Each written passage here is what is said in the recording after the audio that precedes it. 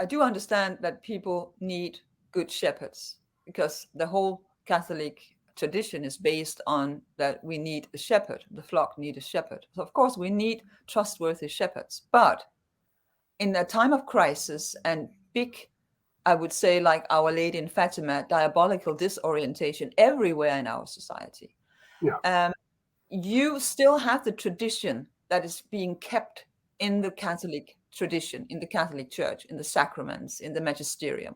So everybody who has the intention and the will to live a holy Catholic life can do it. They don't need a pastor or a shepherd to nanny them. You have 2,000 years of tradition. It means that all the Catholics I know, they can easily live a holy Catholic life if they want to.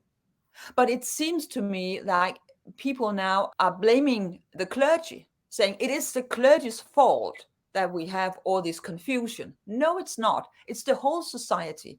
It's the lay people as well. It's all of us. We cannot just, blame the clergy and say we just need to cleanse the clergy, then everything is going to be all right.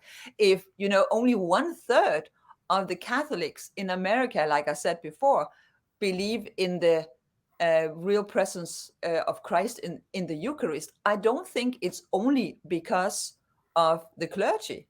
I think it's because they are being completely overtaken by secular culture themselves.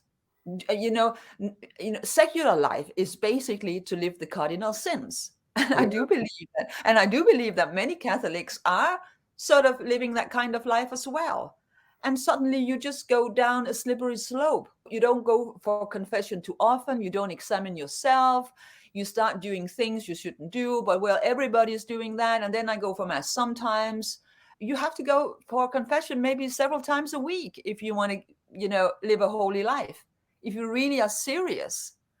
So, don't blame it on the clergy because the clergy comes from the laity. They come from lay families or the priest. They have been brought up by lay people. So I think the problem is really that we just have been too completely weak in a secular culture. All of us has been too weak. So it is the responsibility of myself now to to start living a different life, to show the church respect, to restore the body of Christ. And I think perhaps if it's true that the church has been hijacked by very evil people like never before in history, maybe in the end it will only be Christ that can deal with this situation himself, because he is the head of the church, and he promised us that the gates of hell should never prevail against the church. So he also has a role to play in this. And the only way that we can sort of strengthen this spiritual battle, which it is for Christ as well. I think he is the one that is suffering most to see this havoc, this apostasy, this confusion, is by being loyal to what he told us and to live a simple, humble, holy life, not to, form new political parties against the Pope. I don't think this is the way of Christ. At least when he was confronted with the authorities of his time that was against him, he didn't form a political party. He was really very humble, and he didn't even answer Pilate when he was questioning him. So I think we have to have a more humble attitude, to be honest with you.